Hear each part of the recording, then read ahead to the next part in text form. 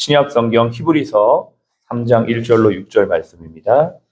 355페이지, 신약 성경 355페이지, 히브리서 3장 1절로 6절 말씀 함께 읽겠습니다.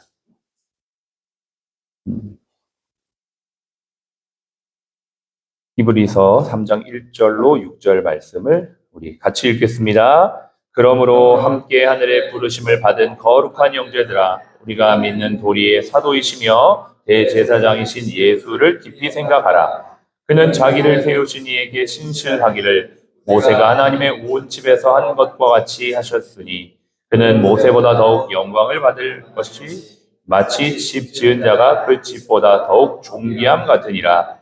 집마다 지은 이가 있으니 만물을 지으신 이는 하나님이시라.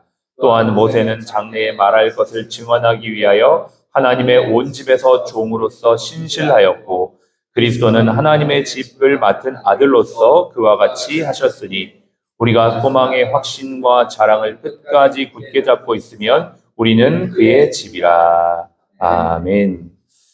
예, 오늘 7월 8일 월요일 첫 예배로 하나님 앞에 예배를 드립니다. 우리 같이 한번 인사하실까요? 사랑하고 축복합니다. 잘 오셨습니다. 좋은 아침입니다. 예, 오늘은 크게 흔들리지 않는 이유라는 제목으로 말씀을 나누겠습니다.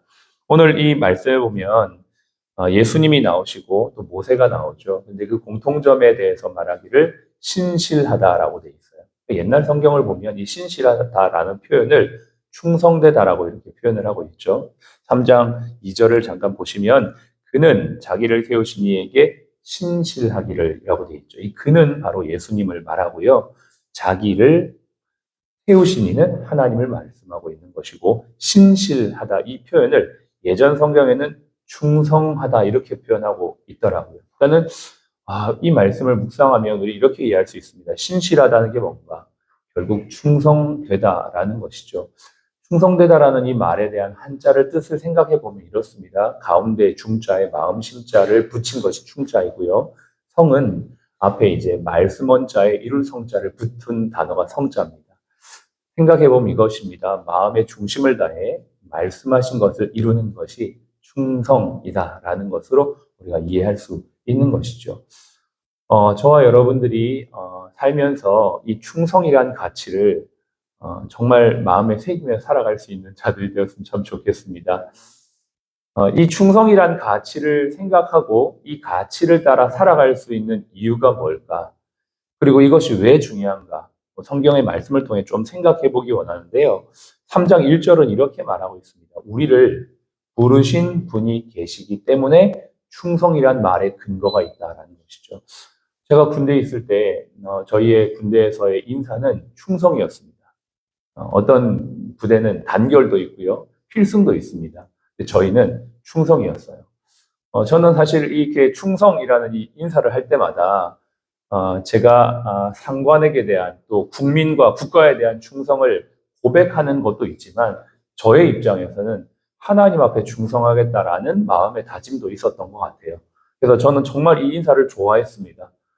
충성을 하는데 사람에 대해서 생각하면서 충성하면은 별로 충성하고 싶지 않은 마음이 생길 때도 있거든요.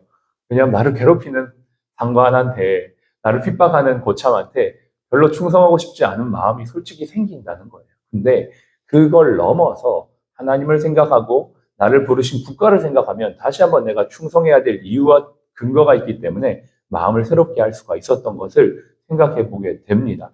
오늘 3장 1절도 마찬가지 아니겠습니까? 우리가 오늘도 충성해야 되는 이유, 근거는 우리를 부르신 분이 계시기 때문입니다. 저는 오늘 찬양을 하면서 첫 번째 찬양, 예수는 나의 힘이요. 이 찬양을 하는데 3절의 가사에 보니까 충성이라는 단어가 나오더라고요. 저는 매번 느껴요. 참 많은 경우 이 예배가 하나님께서 인도하고 계시는구나. 아마 이 사회를 보시는 분들이 사회를 보시기 전에 아마 한 주 전 혹은 며칠 전부터 아마 기도하실 거예요. 내가 사회 때 어떤 찬양을 해야 되는지, 앞에 나가서 어떤 말을, 어떤 멘트를 해야 되는지, 대표 기도하시는 분들도 마찬가지라고 생각을 합니다. 여러분도 그러하신데 저는 어떨까요? 매일 어떤 말씀을 전해야 될지 사실 상당히 고민되고 기도가 됩니다. 사실 특별한 고민이 된다는 것은 어떤 의미냐면 하나님이 원하시는 말씀, 하나님이 뜻하시는 메시지를 전달해야겠다라는 고민이 제 안에 있는 거거든요. 그러니까 내가 생각하는 말, 내가 하고 싶은 내용을 전달하는 게 아니라 지금 우리에게 하나님께서 원하시는 메시지가 무엇인지를 고민하면서 기도하는 그러한 마음이 있습니다. 그런데 사실은 어저께는 제 마음이 좀 많이 힘들었던 것 같아요. 왜 그랬는지 생각을 해보니까 날씨도 그런 영향이 있었던 것 같고 여러 가지 이렇게 예배적인 상황이나 또 사람들과의 관계 속에서 힘들어졌던 것 같습니다. 여러분도 마찬가지라고 생각을 해요. 우리가 어떤 일을 할 때에 일 때문에 힘든 경우는 사실은 별로 없어요. 뭐냐면 그 일을 같이 하는 특별히 나와 가까운 사람들과의 관계 속에서 우리가 마음이 힘들 때 되게 마음이 지치는 것들을 보게 되죠. 그런데 제가 어제 집에서 하루를 쭉 마무리하면서 이 힘든 마음을 그냥 부여잡고 계속 성경을 읽었습니다. 말씀을 읽고 또 읽고 또 읽고 그러다가 신약 성경을 쭉 읽다가 결국 여기 히브리서까지 오게 된 거예요. 로마서부터 히브리서까지 계속 읽었거든요. 말씀을 계속 읽는데 하나님께서 제 마음을 새롭게 하시는 또 깨달음을 주시는 장면이 바로 이 히브리서에 있었던 것이죠. 아, 내가 이 말씀을 전해야겠다. 오늘 이 예배 때 이 얘기를 내가 함께 우리 지체들과 나눠야겠다라는 생각을 하게 되었습니다. 계속 한번 보겠습니다. 어떤 말씀을 우리가 나누길 또 하나님 원하시니 풀어서 여기 보니까 3절에 그는 모세보다 더욱 영광을 받을 만한 것이 마치 집을 지은 자가 그 집보다 더욱 존귀함 같으니라. 집마다 지은 이가 있으니 만물을 지으신 이는 하나님이시다. 이렇게 말하고 있습니다. 하나님의 종 모세는 하나님의 집이라고 표현하고 있는 이스라엘과 이스라엘 백성들에게 충성하였는데 이 예수님은 어떠한 분이시냐면 만물을 지으신 주인이라는 거예요. 그러니까 일부만의 어떤 모세처럼 일부 이스라엘 백성들에게만 맡겨진 사명을 감당하는 게 아니라 예수 그리스도는 이 모든 만물을 지으신 집의 주인이시고 그분은 신실하게 충성되게 그 일을 감당하셨다라고 말씀을 하고 계시는 것입니다. 그리고 6절에 이렇게 우리도 주님이 맡기신 우리의 삶의 영역, 즉 집이라고 표현을 하고 있는데요. 우리에게 맡겨진 어떤 사역들, 사명들, 일들을 충성스럽게 감당할 때 주님이 우리 안에서 그의 집으로, 우리가 그분의 집으로 그렇게 삶을 살아갈 수 있다라고 말하고 있는 것이죠. 그분이 우리 안에 거하시고 내가 그분 안에 거하는 그 집, 영원히 견고하게 흔들리지 아니하는 그러한 아름답고 복된 삶을 살아가게 되는 정말 환상적인 삶을 살아갈 수 있는 것이죠. 저는 한 번씩 이런 생각을 합니다. 내 삶에 예수님 만약에 안 계셨다면 과연 지금 내가 있을 수 있을까? 내가 이렇게 지금까지 이렇게 살아올 수 있을까? 흔들리지 않고 살아올 수 있을까? 불가능하다라고 생각합니다. 예수님이 내 안에 계시고 내 안에 계셔서 내가 예수님이 집이 되었기 때문에 내가 오늘도 흔들리지 아니하고 오늘도 살아갈 수 있다라는 것을 생각하면서 또 묵상했던 말씀이 이제 떠올랐습니다. 시편 62편에 보면 이런 고백이 나옵니다. 오직 주만이 나의 반석이시요 나의 구원이시요 나의 요새이시니 내가 흔들리지 아니하리로다. 이렇게 표현하고 있는데요. 2절에 보면 되게 재미있는 표현이 나와요. 내가 크게 흔들리지 아니하리로다. 이렇게 나옵니다. 62편 2절에 정확하게 그렇게 표현되어 있어요. 그가 나의 구원이시요 나의 요새시요 나의 반석이시니 내가 크게 흔들리지 아니하리로다. 여러분이 말씀을 한번 묵상해 보면 크게 흔들리지 않는다는 건 전혀 흔들림이 없다라는 의미가 아니라 흔들린다는 것을 말합니다. 그렇죠. 우리도 예수 그리스도를 믿고 살아가면서 때로는 흔들릴 때 있고 힘들 때 있고 또 날씨나 여러 가지 지금의 상황들처럼 힘들 때가 있지만 예수 그리스도가 나의 구원이요 나의 반석이요 나의 피난처라고 고백하는 사람들은 크게 흔들리지 않는 삶을 살게 되는 것이죠. 그러면서 계속 주님을 의지하며 주님과 함께 살아갈 때에 주님이 나중에 어떻게 역사하시냐면 6절에 보면 62편 6절에 시편 62편 6절에 똑같이 2절의 말씀이 나오면서 거기에는 이제 크게라는 말이 빠져요. 내가 흔들리지 아니하리로다. 저는 이 시편의 기자가 정말 하나님의 은혜를 알고 있다라고 생각을 하게 되었습니다. 뭐냐? 하나님 안에서 우리가 삶을 살아갈 때에 주님 안에 우리의 삶이 때로는 흔들릴 수 있지만 우리의 믿음은 점점 견고해져서 나중에는 정말 흔들리지 않는 믿음의 삶을 살아가게 되는 하나님이 그렇게 우리의 삶을 그렇게 여정으로 이끌어 가신다라는 것을 지금 이 시인은 고백하고 있는 것이죠. 그러면서 8절에 보면 백성들아 시시로 그를 의지하라. 시시로 그에게 마음을 토하라. 이렇게 표현합니다. 시시로, 수시로. 결국은 우리가 하나님 앞에서 충성되게 예수님처럼 신실하게 살아갈 수 있는 방법, 흔들리지 아니하고 살아갈 수 있는 방법은 시시로, 수시로 주님을 의지하며 살아가는 것이다 라고 말하고 있습니다. 구체적인 적용을 가보겠습니다. 히브리서 12장으로 가보겠습니다. 예. 저는 이렇게 앞에서 말씀을 나눌 때 참 나누고 싶은 말씀이 많을 때가 있습니다. 고민이 되는데 항상 이 원포인트로 하고 싶은 마음과 많이 나누고 싶은 마음이 상당히 충돌하거든요. 근데 오늘은 어쩔 수 없이 여러 군데 말씀을 이제 풀어가면서 여기까지 왔습니다. 12장 가겠습니다. 12장 보시면 이렇게 되어 있습니다. 이러므로 우리에게 구름같이 둘러서 허다한 증인들이 있으니 모든 무거운 것과 얽매이기 쉬운 죄를 벗어버리고 인내로서 우리 앞에 당한 경주를 하며 여러분 신실하게 충성되게 살기 위해서 우리가 어떻게 해야 되는가? 2절 같이 한번 읽겠습니다. 믿음의 주요 또 온전하게 하신 예수를 바라보자.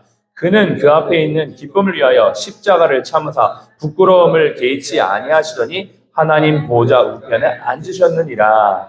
아멘. 흔들리지 않는 가장 근본적인 이유와 능력과 힘은 오늘도 예수님을 바라보는 것입니다. 자, 다시 한번 묵상해 볼까요? 3장에 예수님이 어떤 분이라고 말씀하셨습니까? 충성스러운 분, 신실한 분. 그분은 그 신실함과 충성됨으로 우리를 위하여 십자가를 지셨습니다. 이 2절에서는 부끄러움을 개의치 아니하시고 십자가를 참으셨다, 충성되게 감당하셨다라고 말씀하면서 이 예수님을 바라보자라고 우리에게 권면을 하고 있는 것입니다. 3절 너희가 피곤하여 낙심하지 않기 위하여. 사실 제가 어저께 마음에 팍 꽂혔던 말씀이 바로 이 구절이거든요.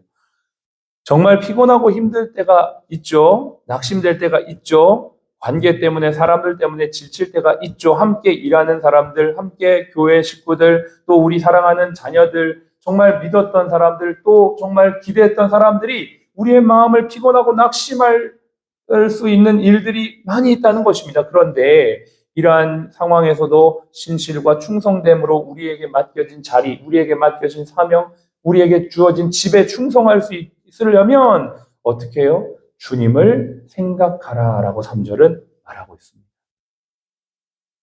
저와 여러분들에게 힘과 능력과 근원은 오늘도 주님밖에 없습니다. 그분을 바라보며 그분을 생각하는 것 외에는 우리에게 힘을 주는 근원은 없다라는 것입니다. 4절 너희가 죄와 싸우되 아직 피 흘리기까지는 대항하지 아니하고. 여러분 한번 생각해 보십시오. 우리가 오늘도 싸움을 싸우는데 정말 내가 피 흘리기까지 싸우고 있는가? 내가 정말 오늘 또 힘들고 어렵고 상처받을 수 있지만 그럼에도 불구하고 또 내가 멈추지 않고 싸우고 있는가? 아까 우리 원장님께서 어저께 말씀 가운데 예수님이 자신의 살을 갈아 넣었다 이런 표현을 했는데 예수님은 그렇게 하셨다는 것을 우리가 생각한다면 다시 한번 우리가 우리의 자리에서 우리에게 맡기신 일들을 어떻게 할 수 있는지를 생각할 수 있게 되는 것이죠. 피를 흘리시는 것뿐만 아니라 예수님은 그냥 갈아 넣으셨다라는 것을 생각한다면 다시 한번 우리는 마음의 힘을 얻게 될 줄로 믿습니다. 또한 5절을 보십시오. 5절을 같이 읽겠습니다. 또 아들들에게 권하는 것 같이 너희에게 권면하신 말씀도 잊었도다. 아멘. 그렇습니다. 예수님을 생각함과 동시에 우리에게 다시 한번 흔들리지 않을 수 있는 힘과 근원은 말씀을 생각하는 것입니다. 제가 이거는 어제 또 경험을 했는데 그냥 말씀을 여러분 개인적으로 말씀을 하루에 3장, 5장씩 읽으시는 분이 계실 텐데 제가 좀 여러분에게 이 한 주, 아까 우리서 성령 충만해야 된다라고 원장님도 말씀을 하셨는데 정말 성령 충만하게 한 주를 살아갈 수 있는 비결을 제가 알려드리면 말씀을 계속 한번 읽어보시기 바랍니다. 계속 읽다 보면 마치 내 안에 빠져버린 에너지가, 영적인 에너지가 채워져 가는 것들을 경험하게 될 것입니다. 말씀 읽기는 우리가 급할 때 대출받아서 돈을 메꾸는 것과는 다르게 적금을 쌓아놓는 것 같습니다. 적금을 쌓아놓는다는 것은 언제나 내가 정말 필요하고 써야 될 그때에 쓸 수 있는 어떤 능력, 에너지, 근원을 말하는 것이거든요. 하나님의 말씀을 읽는 것이 바로 그러한 영적인 적금을 쌓아놓는 것과 같습니다. 여러분, 이 한 주 동안 흔들리지 않을 수 있는 능력, 이유는 두 가지입니다. 하나, 첫 번째는 예수 그리스도를 바라보며 생각하는 것. 두 번째는 말씀을 깊이 읽고 묵상하는 삶. 그렇게 할 때 저와 여러분의 삶에 오늘도 주님은 새 힘을 허락하시고 흔들리지 않는 능력으로 승리하게 하실 줄로 믿습니다. 그런 한 주가 되시기를 주의 이름으로 축복합니다. 기도하겠습니다. 하나님 감사를 드립니다. 이 한 주를 주님의 말씀 안에 다시 한번 시작하게 하시고 주님을 바라보면서 새 힘을 얻게 하셔서 감사합니다. 사랑하는 우리 모든 사랑 플러스 임직원들 한 분 한 분 주님 축복하셔서 이 한 주도 주의 말씀으로 승리하며 예수 그리스도를 기억함으로 우리에게 당한 모든 삶의 일들을 잘 감당하는 저희가 되게 하여 주시옵소서. 지금은 우리의 생명이요 부활이신 예수 그리스도의 은혜와 아버지 하나님의 극진하신 사랑하심과 성령님의 내주교통 충만 인도하심이 오늘 크게 흔들림 없이 한 주도 승리하길 원하는 우리 모든 사랑 플러스 가족 머리 위에 또 모든 환우분들 머리 위에 지금부터 영원토록 함께 하시기를 예수님의 이름으로 축복하며 기도합니다. 아멘. 감사합니다.